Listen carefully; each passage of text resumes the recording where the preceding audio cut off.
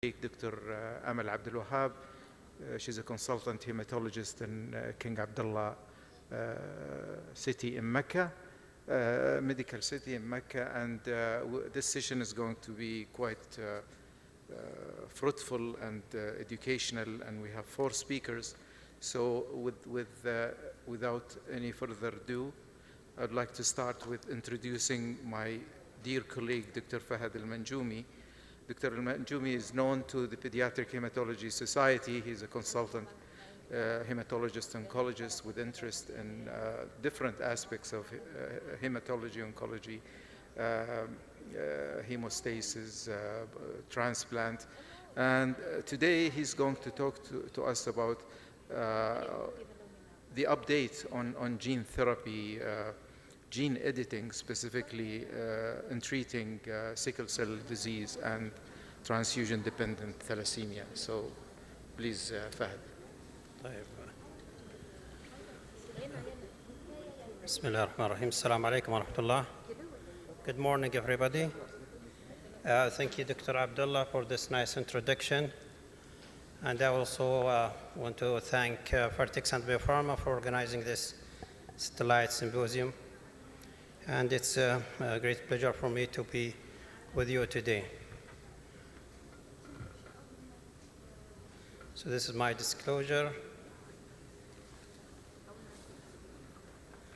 So hemoglobinopathies, namely sickle cell disease and beta thalassemia major or transfusion-dependent thalassemia, is considered one of the healthcare burden at the national level and international level. And the current treatment is based mainly on the prevention and treating of complications related to this disease. And the emerging of a curative therapy available for all patients is very crucial and very important at this time, and should change and revolutionize the treatment for those patients. This is just a basic knowledge about hemoglobin. As you can see in the middle, the normal adult hemoglobin, where we have 2 alpha and 2 beta chain, and we have the heme group containing ion that form hemoglobin. On the left side, you can see that any reduction or defect in the genetic controlling the beta chain or even alpha chain, leading to reduction or absence of the globin production. For example, here will lead to marked reduction or absence of beta globin that will lead to thalassemia major. However, on sickle cell, there is a mutation and defect in beta globin chain that will lead to abnormal hemoglobin that lead to easy polymerization, especially with the deoxygenation, that forming sickle cell and all complications relating to deformed RBCs.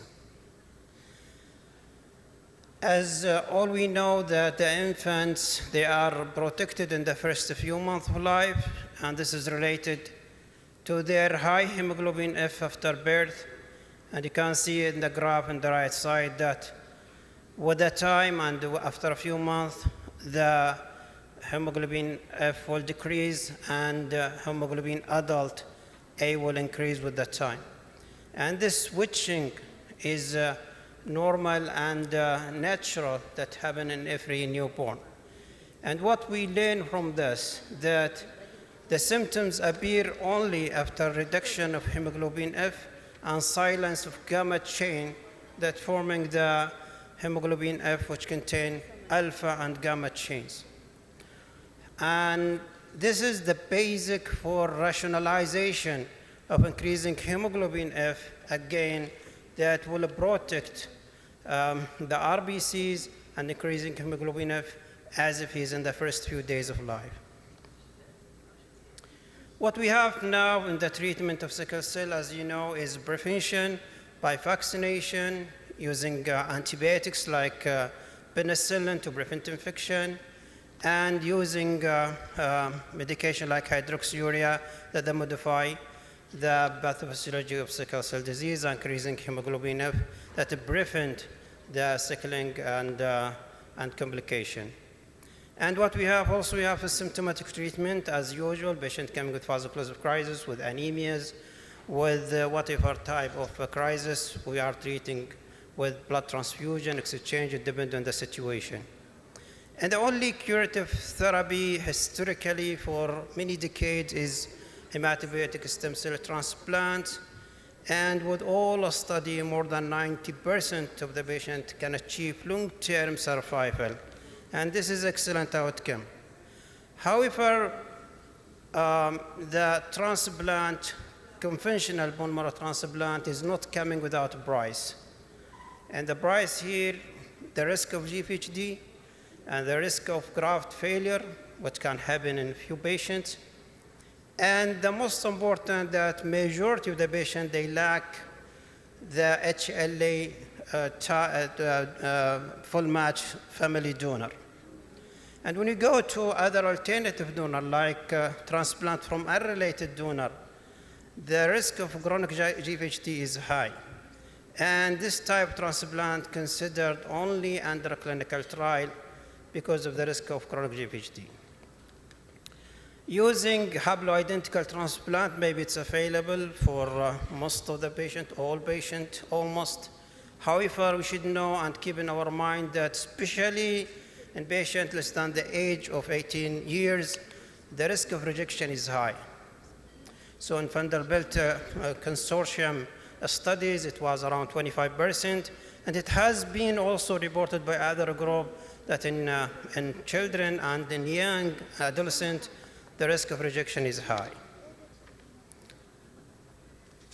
So having said that, and with all what we say about transplant as a curative therapy, if you have available full match donor, which is not available, still we left with considerable number of patients with a chronic disease with severe phenotype, sickle cell, or with transfusion-dependent thalassemia that they need curative therapy, which is not available to them. So CRISPR-Cas9 gene therapy for sickle cell and for thalassemia overcome this limitation, as if it's autogenic nature, it doesn't need donor, and will come to that over the time. So this is the basic of the clinical study in sickle cell disease, 121, and the extended study that mainly looking to the safety and durability of the efficacy from the previous study, 121.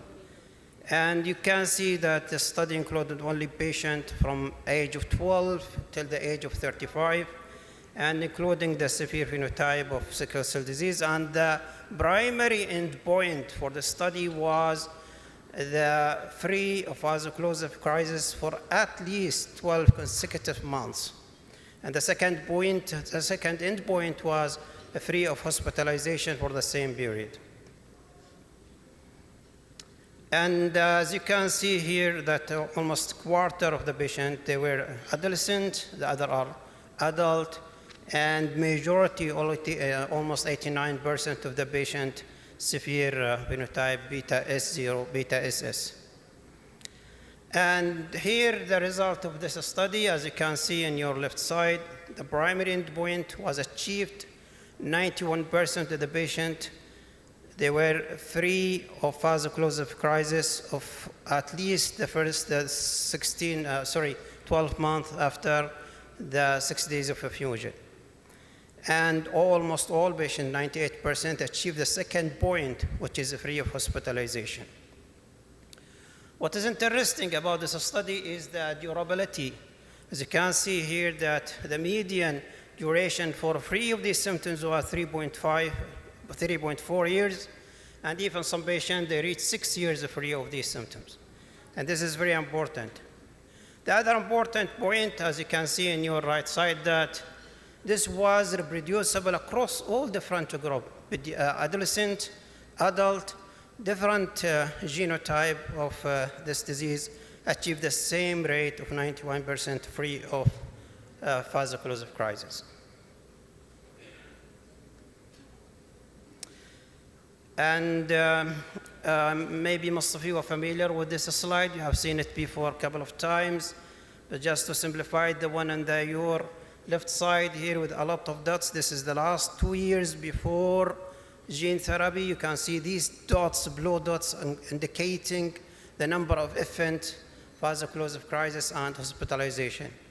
And there is one in the middle. This is the preparation period and selecting the patient and infusion of gene editing. And after that, you can see the one in the green, that patient after infusion. And you can see this, what we have mentioned, that 91% they achieved free vaso-occlusive crisis. What is interesting that in the follow-up study, that almost all patients, 100%, they achieved free of vaso-occlusive crisis and subsequent follow-up, which is something great and excellent outcome and promising and opening the horizon for patients for curative therapy.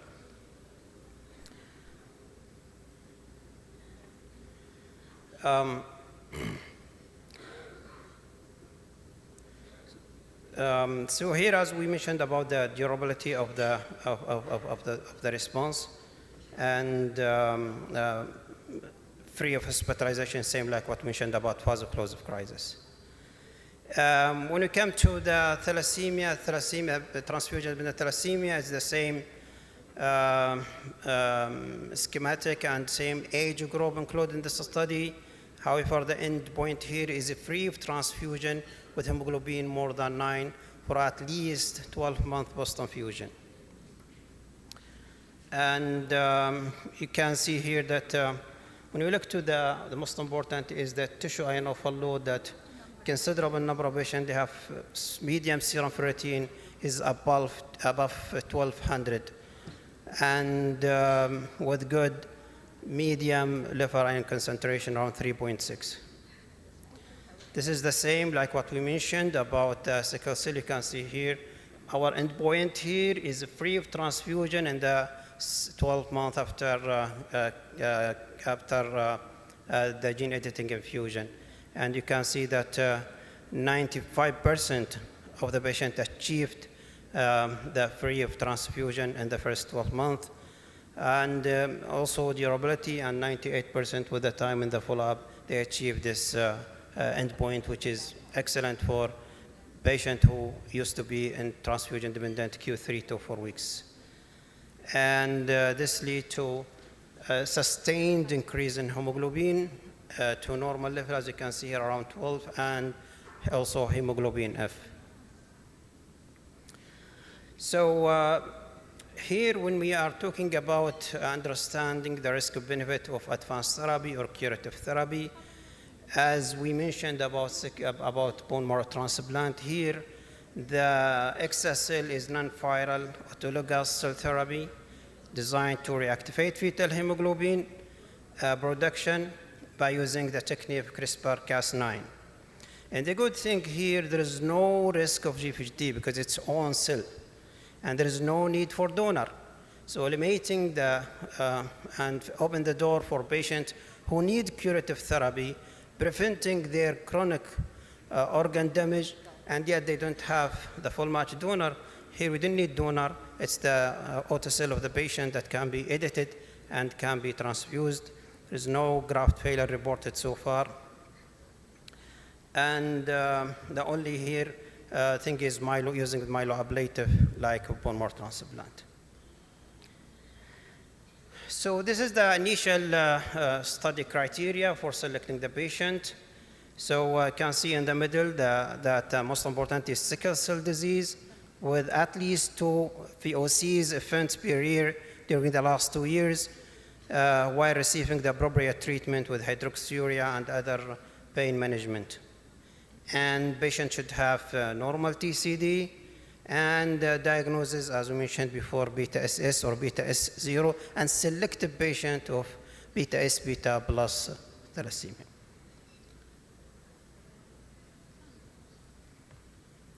The exclusion criteria is the most important is stroke, history of abnormal TCD, and Manjomii disease if not treated. So this patient excluded from the initial trial.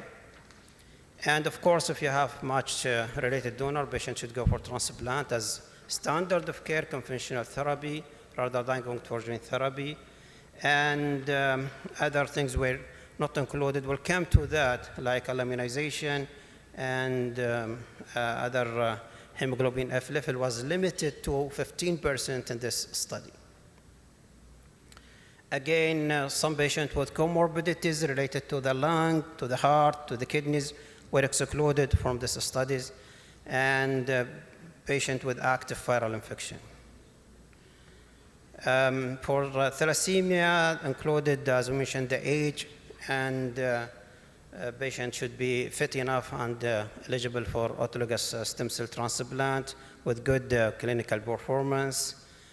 And we should have documented homozygous beta thalassemia doing a genetic testing, not only the hemoglobin electrophoresis.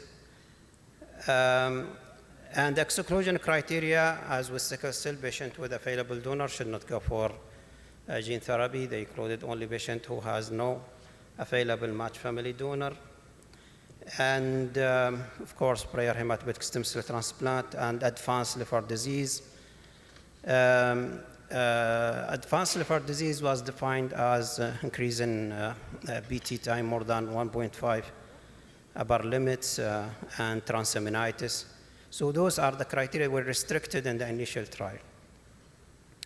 Again, significant comorbidities related to organ dysfunction.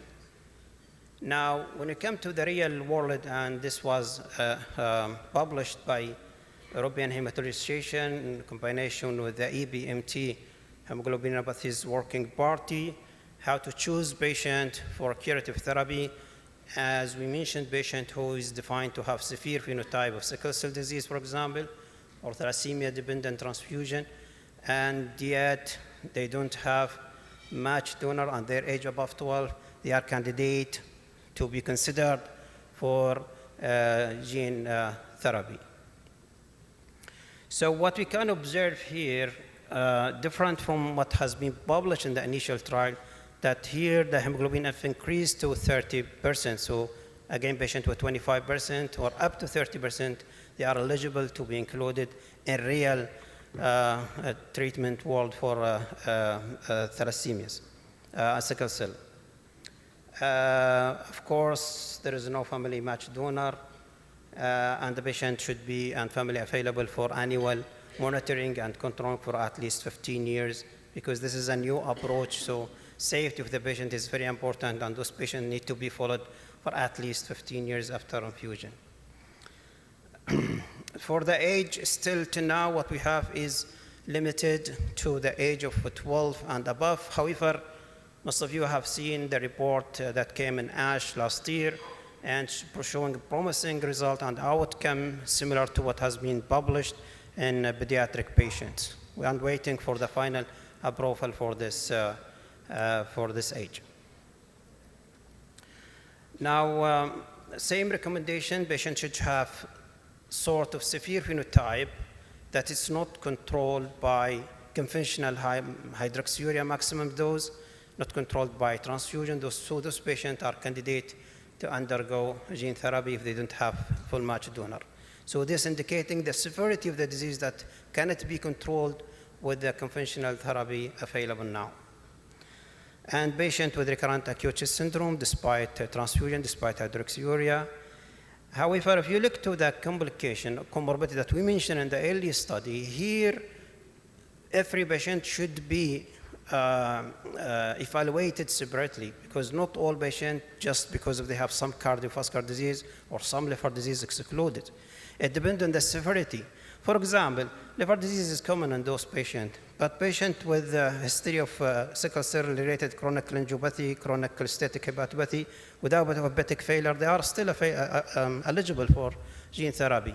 So those patients need to be selected to prevent further damage to their organ. Similar thing for the kidney. If they have chronic kidney disease started, in fact, those patients should be salvaged early, because if they start to show some renal disease, if you leave them with the time, it will be evident and clear chronic renal disease. So they need to be treated earlier to prevent further damage. Same thing when we say about cardiovascular and for other complications. Also, thrombophilia status patient with VTE, they are not excluded in the real world, can be undergo gene therapy. It's not contraindication. They need maybe heparinization, they need anticoagulants that can be managed easily during their transplant. And this is what we are doing even transplant patient with thrombosis, so how to manage them when they are getting severe thrombocytopenia. So I think all hematologists and transplanters, they know how to deal with these complications. Here's some recommendation that some patients, you should not wait until they get all the complications. So we know that some sickle cell disease, yes, the phenotype we mentioned, that they have VOCs despite they are in high dose, maximum dose of hydroxyurea, but also you should put on your mind when you prioritize your patient, those patients either that may have severe phenotype disease. For example, some genetic factor that you can see here on the left side that may indicate that this patient at risk in the future when they get older to get more complication, like that we know beta SS and beta S0. This is the most severe phenotype, and you should give them priority over the other. Patient with low fetal hemoglobin, we know with the time that they don't respond very well to hydroxyurea, and those patients should be given priority. Absence of alpha thalassemia, because there is, with alpha thalassemia, there is decrease in concentration of hemoglobin. So these, it's not validated predictive markers, but they are prognostic that we should keep in our mind all the time. Same thing when we are looking for non-genetic factor, like chronic anemia. And this has been shown for a long time. Patients with persistent chronic anemia, they are prone to get more complication.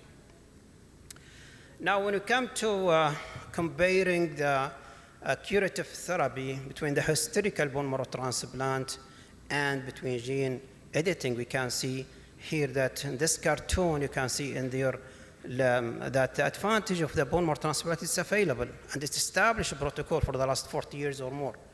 And it's available, like here in Saudi Arabia, maybe 5 centers, they are doing transplant, so it's available for all patients. And the limitation we know is the donor. So if you don't have donor, a patient still need definitive curative therapy. This is a limitation, the availability of the donor, especially in pediatric and adolescent.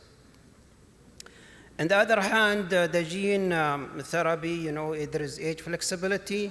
It's improve the quality of life. It's not curative for the disease. It's functional cure. And it's gene editing. There is no risk of GVHD and no risk of other complications, but still need myeloablative therapy. The limitation is high upfront cost. So it's not comparable right now when you compare the cost, upfront cost between hematopoietic stem cell transplant and gene therapy. However, if you take the whole process and the long process of the admission and the ER visit and the care for the patient, maybe it's a comparable end of the day. Last thing that we should know, although this is opening the door for and horizon for curative therapy for patients who they need curative therapy, but they don't have donor, that what we have so far for gene therapy, especially CRISPR-Cas9, Cas9, is only the complication that we see with regular transplant, because still there is a myeloablative dose of busulfan that might lead to some complications. Cytopenia is a very common one, but other like VOD that can happen. Having said that, as by all regularity, the gene therapy, either gene editing like what we have now, or gene editing still carries a risk of undesired effect in the target chromosomes. And this should be evaluated and patients should be kept under follow-up. No reported cases of malignancy so far with Cas9. However, there are 2 cases of sickle cell disease. They developed MDS using the lentivirus from the other, which is different than this technique, because that one is gene editing. And there was one case of AML, maybe it's not related directly to gene editing, maybe related to conditioning therapy. So overall, through the recent target gene editing and gene addition for sickle cell have produced encouraging results, these therapies still face many challenges. Long-term follow-up is needed to assess efficacy and safety. I think by this I will conclude. Thank you all for your listening. Thank you very much.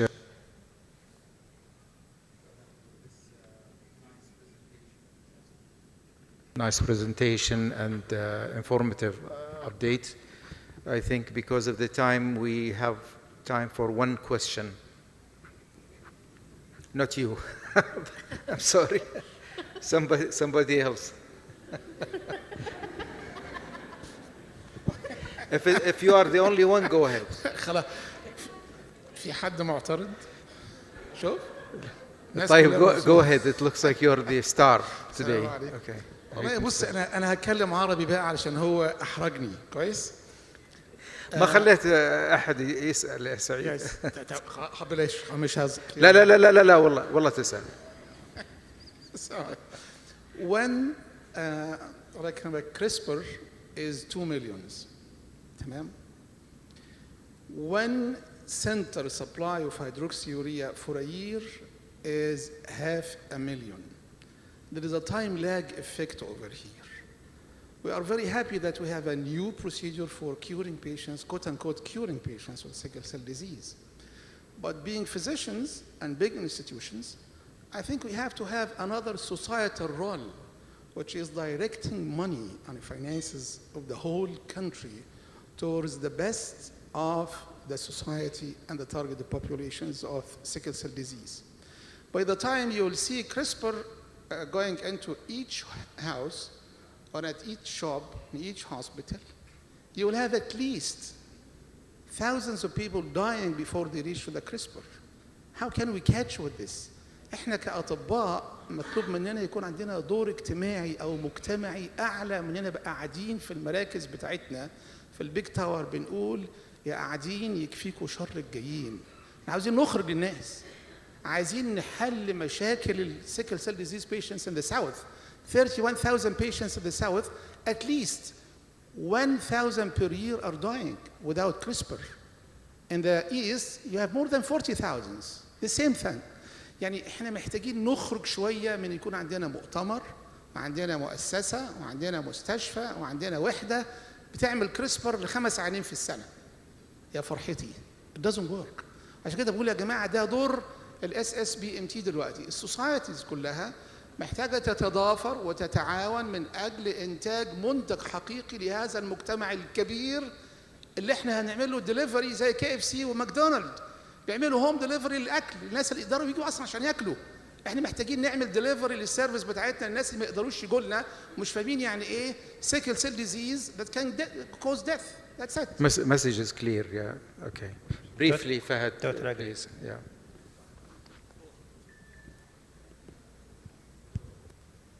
Yeah, please. You want to answer? The answer, I totally agree. He answered himself. I think that's it. Thank you. هو جاوب خلاص. شكرا.